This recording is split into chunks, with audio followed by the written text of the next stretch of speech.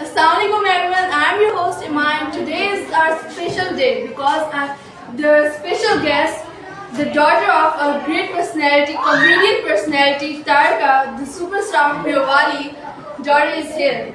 Give a big hand to her.